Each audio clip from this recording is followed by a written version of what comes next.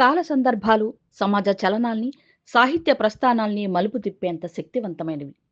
విప్లవోద్యమం సాహిత్య గతిని నిర్దేశిస్తే తెలంగాణ సందర్భం పరిశోధనా గతిని మార్చివేసింది. విస్మృతి పొందిన మహనీయులెందరినో తిరిగి చర్చకు పెట్టి పునరంచనా వేసి చరిత్రలో కొత్తగా స్థిరపరుస్తున్నది.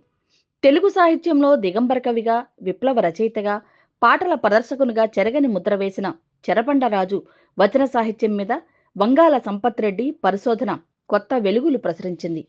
తెలంగాణ పల్లెలు, వ్యవసాయ జీవితం, భూ సంబంధాలు, పోరాటాలు, మానవ సంబంధాలు, వైవిధ్యాలు, వైరుధ్యాలు, గ్రామీణత, ఆధునికత ఘర్షించుకునే సన్నివేశాలు లోతుగా, బలంగా, నిశితంగా సంపత్ చర్చించాడు. మధ్యతరగతి నుంచి, పేదరిక పరాధీనత నుంచి, విద్యా వ్యవస్థల నుంచి విప్లవ చైతన్యం విస్తరించిన కాలం, క్రమ పరిణామం, వ్యవస్థల రాజకీయార్థిక నేపథ్యం, రచయిత దృక్పథం సవివరంగా విశ్లేషించిన వర్ణచిత్రం ఈ పరిశోధన. చెరబండరాజు నవలల్లో పాటలు సంధానించగా ఆయా నవలల రచనాకాలంలో చెర చింతన, సృజించిన కవితల్ని అన్వయించి విశ్లేషించడం సంపత్ పరిశోధనలోని ప్రత్యేకత. జీవితం నుంచి నేర్చుకుని, జీవితాన్ని ఉన్నతంగా మలచుకొని, ఉత్తమ మానవ సమాజ నిర్మాణం కోసం చెర అందిపుచ్చుకున్న విప్లవ సాహిత్య నిర్మాణ వ్యూహానికి నిజమైన పరిశోధన ఇది. కాత్యాయని మార్గదర్శనం కలిసి వచ్చిన సమయం.